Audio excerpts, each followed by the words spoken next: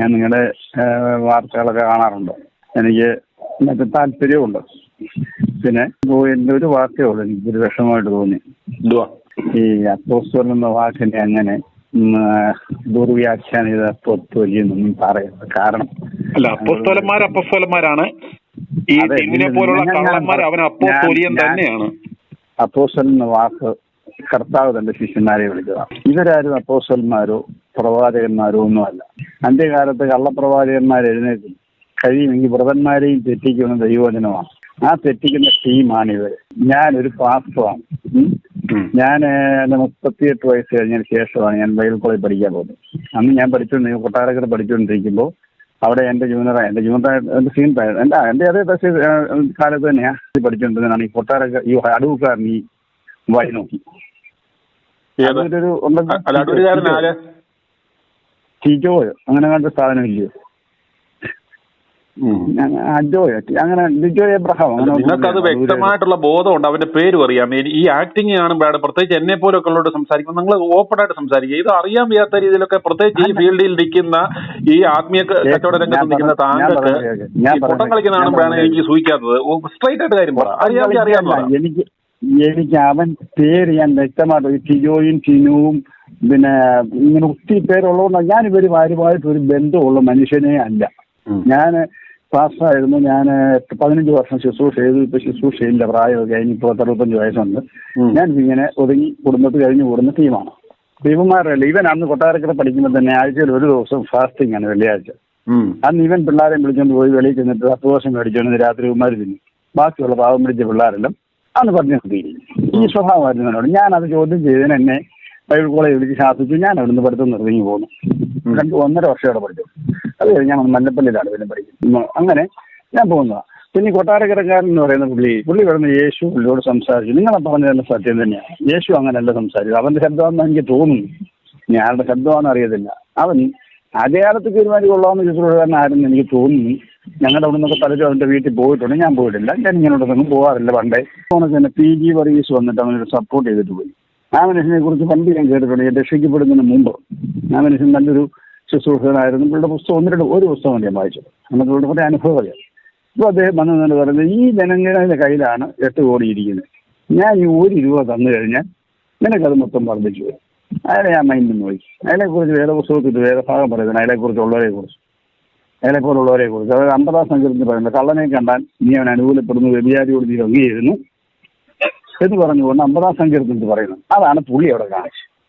അതുപോലെ തന്നെ തോന്നിയാമലക്കാരൻ എടുക്കുന്നുണ്ട്. അനി ജോർജ് തോന്നിയാമല IP സെന്ററിന്റെ മെമ്പറാണ്. ഞാൻ ആ സെന്ററിൽ വർക്ക് ചെയ്തിട്ടുള്ളതാണ്. അവൻ ഭൂലോക ഫ്രോഡാണ്. പിന്നെ ഒരു താടി വെച്ചൊരു പുള്ളി ഇപ്പം എന്തോ വെള്ളപ്പാണ്ട് പിടിച്ചൊരു പുള്ളിയാണല്ലോ. എനിക്ക് ഈ കക്ഷികളൊന്നും പേരൊന്നും അത് അറിയത്തില്ല. ഞാനത് മൈൻഡ് ചെയ്യാറുമില്ല. ഇവരുടെ ഒന്നും ശുശ്രൂഷ വന്നാൽ ഇവരുടെയൊക്കെ ഈ പ്രകടനത്തിന്റെ വീഡിയോ കണ്ടാൽ ഞാൻ മൈൻഡ് ചെയ്യാറേ ഇല്ല. അപ്പോൾ അങ്ങനെ കുറേ പേരുണ്ട്. പിന്നെ സജിത്ത് എന്ന് പറഞ്ഞൊരു പുള്ളി ഇന്നലെ കണ്ട് പുള്ളിയുടെ കണ്ടു. ആ 15 വർഷം തളർന്ന് കിടന്നതിനെ കണ്ടിട്ട് അവന്റെ മുഖം അന്നത്തെ പോണൊക്കെ ഷേവ് ചെയ്ത് ക്ലീനായിട്ട് കിടക്കുന്ന വരുത്. 15 നട്ടലിന് 15 കൂടി ഉള്ളൂ. ഉടനെ എഴുന്നേറ്റ് അങ്ങോട്ട് ചാടുകൾ പൊക്കെയായി കാണിക്കുന്നു. പിന്നെ അന്ത്യകാലത്ത് കള്ളപ്രവാചകന്മാർ എഴുന്നേറ്റും വ്രതന്മാരെയും തെറ്റിക്കാനായി അത്ഭുതം അടയാളവും കാണിക്കും. വ്രതൻ എന്ന് പറഞ്ഞാൽ അറിയാമല്ലോ, പിന്നെ വിശ്വാസത്തിൽ ഉരുക്കി ഉറപ്പിച്ചെടുത്തവനാണ്. അവനെ പോലും തെറ്റിക്കുന്ന അത്ഭുതം കാണിക്കും. ഈ വചനമൊക്കെ വായിച്ചു പഠിച്ചിട്ട് അവിടെ പോയി നിന്ന് കൈയടിക്കുന്ന ജനത്തെക്കുറിച്ച് എന്ത് പറയാൻ. പിന്നെ ഇന്ന് നിങ്ങളുടെ ഒരു വാർത്ത ഞാൻ കണ്ടു. ഒരാൾ ടിനുവിന് വേണ്ടി സംസാരിക്കും. അവൻ ആദ്യം പറഞ്ഞു ഞാൻ പെന്തക്കോസ്തിൽ ജനിച്ചു വളർന്നവനാന്ന് തോന്നും. പിന്നെ പറഞ്ഞു ടിനു കൊട്ടാരക്കരക്കാരനും മർദ്ദമാക്കാരനാണ്, ഇയാളും മർദ്ദമാക്കാരനാന്ന് പറഞ്ഞു. പിന്നെ പുള്ളി കോടികളുടെ ബിസിനസ് ചെയ്യുന്നവനാന്ന് പറഞ്ഞു. അത് താങ്കൾ ശ്രദ്ധിച്ചായിരുന്നു. ആദ്യം പറഞ്ഞ ഞാൻ പെന്തക്കോസ്തിൽ ജനിച്ചു വളർന്നവനാണ്. പിന്നെ പറഞ്ഞ അവൻ മർദ്ദമാക്കാരനാണ്. ടിനു ജോർജ് മർദ്ദമാക്കാരനാന്ന് പറഞ്ഞു. ടിനുവിനെ ഇത്രയും പോപ്പുലർ ആക്കിയത് നമ്മുടെ ഗണേശൻ സാറാണ്. അപ്പോൾ നിങ്ങൾ ഈ പറയുന്ന സംഭവങ്ങളെല്ലാം എനിക്ക് എൻ്റെ അഭിപ്രായത്തിൽ പറഞ്ഞാൽ എനിക്ക് വളരെ താല്പര്യമുണ്ട്. ഇങ്ങനെയുള്ള സാധനത്തിൽ അല്ലെങ്കിൽ വെളിയിൽ കൊണ്ടുവന്നിട്ട് നന്നായിട്ട് അങ്ങ് പറയുക. ഭാഷ മാത്രമേ ശുദ്ധമായിരിക്കണം. നിങ്ങളുടെ കൂടെ ഞാൻ ശുശ്രൂഷകനായിരുന്നു. ഞാൻ ശുശ്രൂഷ നിർത്തിയെന്ന് പറഞ്ഞാൽ എനിക്ക് വയ്യാതായതുകൊണ്ട് നിർത്തിയതാണ്. ഡയറിക്ക് സുഖമില്ല, 6 ഓപ്പറേഷൻ കഴിഞ്ഞതാണ്. ഞാൻ ഈ കഷ്ടപ്പാടിൽ തന്നെയാണ് ചെയ്തുകൊണ്ടിരുന്നത്. ആ 2.5 മാസം എൻ്റെ ഭാര്യ കോട്ടയം മെഡിക്കൽ കോളേജ് വന്നു. 2.5 മാസം. ആ സമയത്ത് ഞാൻ ശുശ്രൂഷ കൊണ്ടിരിക്കുക. അന്ന് കോട്ടയം മെഡിക്കൽ കോളേജ് എല്ലാവരും പറഞ്ഞ് മരിച്ചു പോകുന്നു.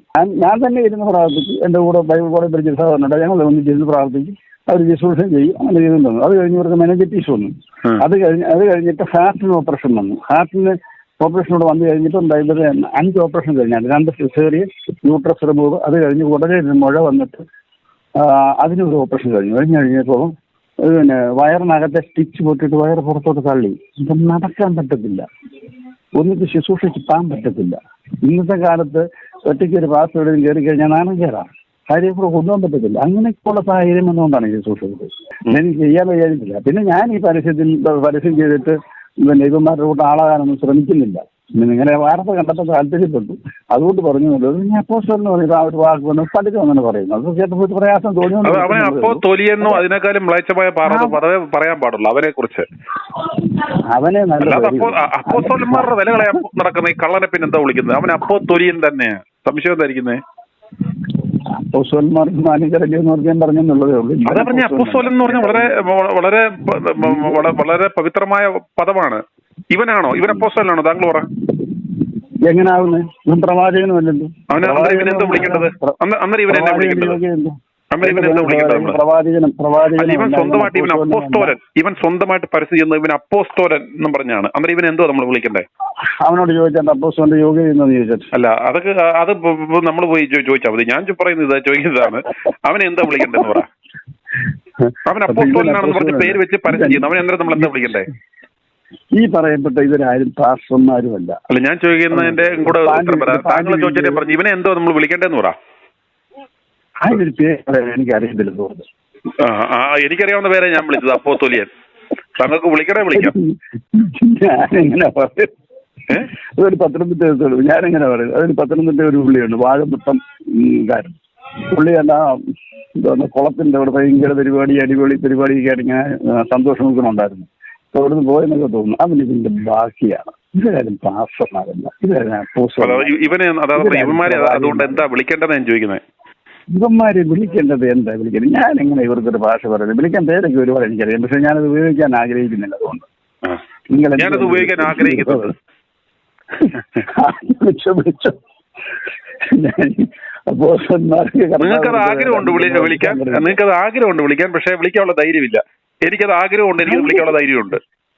ധൈര്യമില്ലായ്മയല്ല, ഞാൻ അങ്ങനത്തെ വാക്കുകൾ ഉപയോഗിക്കുന്നത് ശരിയല്ല.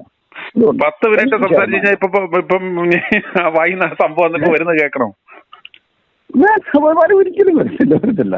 എങ്ങനെ വാക്ക് ഉപയോഗിക്കാൻ എന്റെ എന്തുവാ എന്റെ പദവിക്ക് ഞാൻ ഒരു പാവം പിടിച്ച വിശ്വാസിയായി. ഇപ്പം ഓക്കെ, എന്റെ പേര് പറയുന്നില്ല കേട്ടോ. എന്നാലും ദൂഷണം പറയുന്നതിന് കുഴപ്പമില്ല. ഞാനിങ്ങനെ പറഞ്ഞതിന് വേണ്ടി ദൂഷണമാണെന്ന് ഞാൻ പറഞ്ഞു. അല്ല, ഒരിക്കലും ദൂഷണമെന്ന് പറഞ്ഞു. പിന്നെ ഇതിനെന്തോ പറഞ്ഞേ? ദൂഷണം എന്ന് പറയുന്നത് പരദൂഷണം എന്ന് പറയുന്നത് അതെങ്ങനെ പരദൂഷണമാണ്? അതെങ്ങനെ? ഇപ്പൊ അയാളെ കുറിച്ച് നിങ്ങളുടെ കൂട്ടത്തിലുള്ള ഒരെണ്ണത്തിനെ കുറിച്ച് നിങ്ങൾ കൊള്ളാമെന്ന് പറഞ്ഞവരും പറഞ്ഞു. ഇവന്മാര് നല്ല അത് കൊള്ളാവുന്ന ഒരുത്തിനെ കുറിച്ച് നിങ്ങൾ പറഞ്ഞു. എല്ലാം ഫ്രോഡുകളെ കുറിച്ചും അവന്റെ പോരായ്മകളെ കുറിച്ചല്ലോ. ഞങ്ങളുടെ കൂട്ടത്തിലുള്ളവരല്ലല്ലോ. എങ്ങനെ അവർ ഞങ്ങളുടെ കൂട്ടത്തിലുള്ളവരാണ്? അവനിപ്പോ ഇങ്ങനെ ഒരു വീഴ്ച പറ്റിയോണ്ട് നിങ്ങൾ പറയും. നല്ലെന്നുണ്ടെങ്കിൽ നിങ്ങൾ പറയും.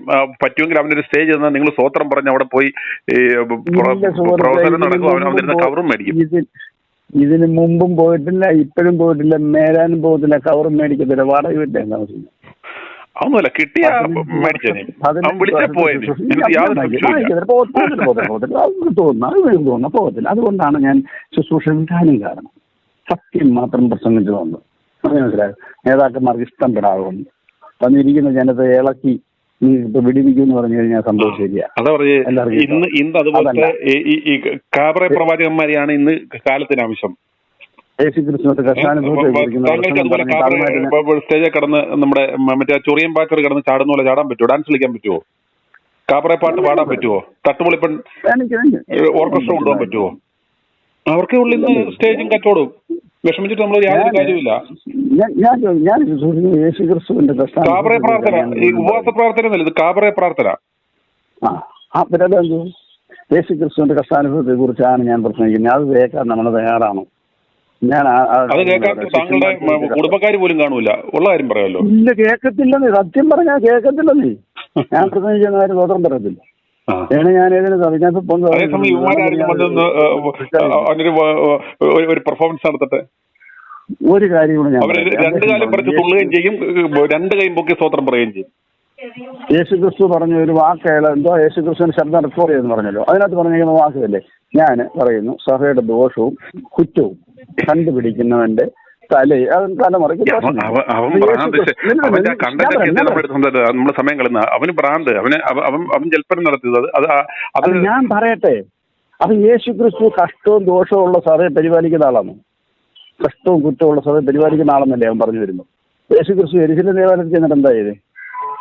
സഭയ്ക്കകത്ത് നിരക്കാത്തതായ കാര്യം കണ്ടു കഴിഞ്ഞപ്പോ കയറുകൊണ്ട് ഇവനും ക്രിസ്തുവൊക്കെ തമ്മിലുള്ള ബന്ധം എന്താന്ന് വേറെ ഇവനെ അങ്ങനൊന്നും കമ്പയർ ചെയ്ത് ക്രിസ്തു പറഞ്ഞതോ വിശുദ്ധ വേദപുസ്തകമായിട്ടൊന്നും ഇവനൊന്നും യാതൊരു ബന്ധവും ഇല്ല. ഇവനൊന്നുമില്ല. ഇവനൊക്കെ വേറെ എന്തെങ്കിലുമൊക്കെ പറ.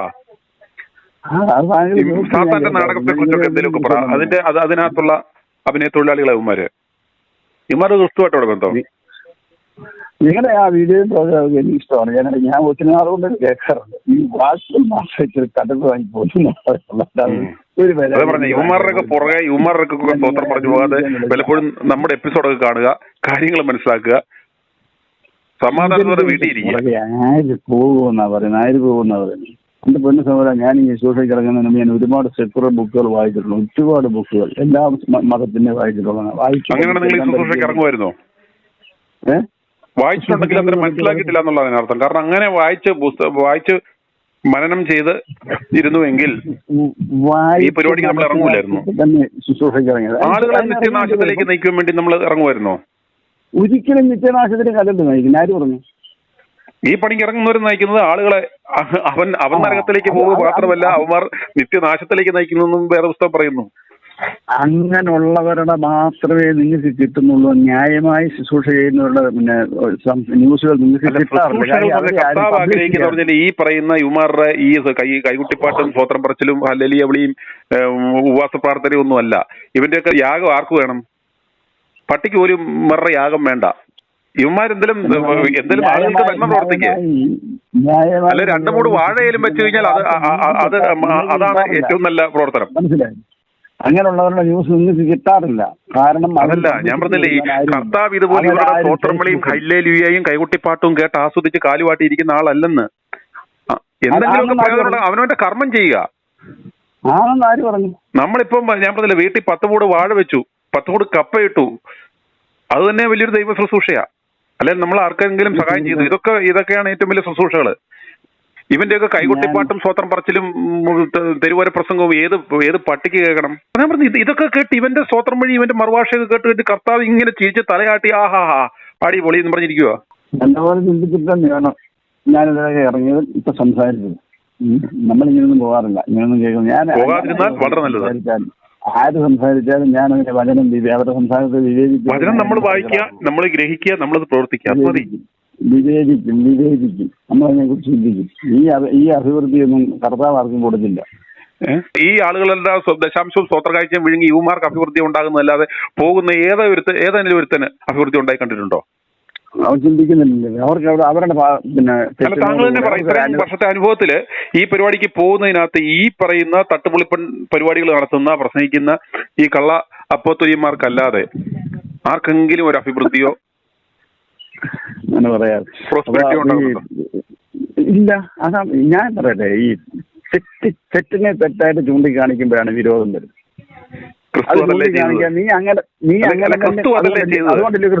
അതുകൊണ്ടല്ലേ കല്ലെറിഞ്ഞു. അതാണ് ക്രിസ്തുവിന്റെ മാർഗം. അല്ലാതെ ക്രിസ്തു ദശാംശ സ്വോത്രകാഴ്ചയും പഠിച്ച് ശാപ്പിട്ട് അരമനയും കെട്ടി താമസിക്കല്ലായിരുന്നു. തെറ്റിനെ ചൂണ്ടിക്കാണിക്കുമ്പോൾ ആള് കുറയും.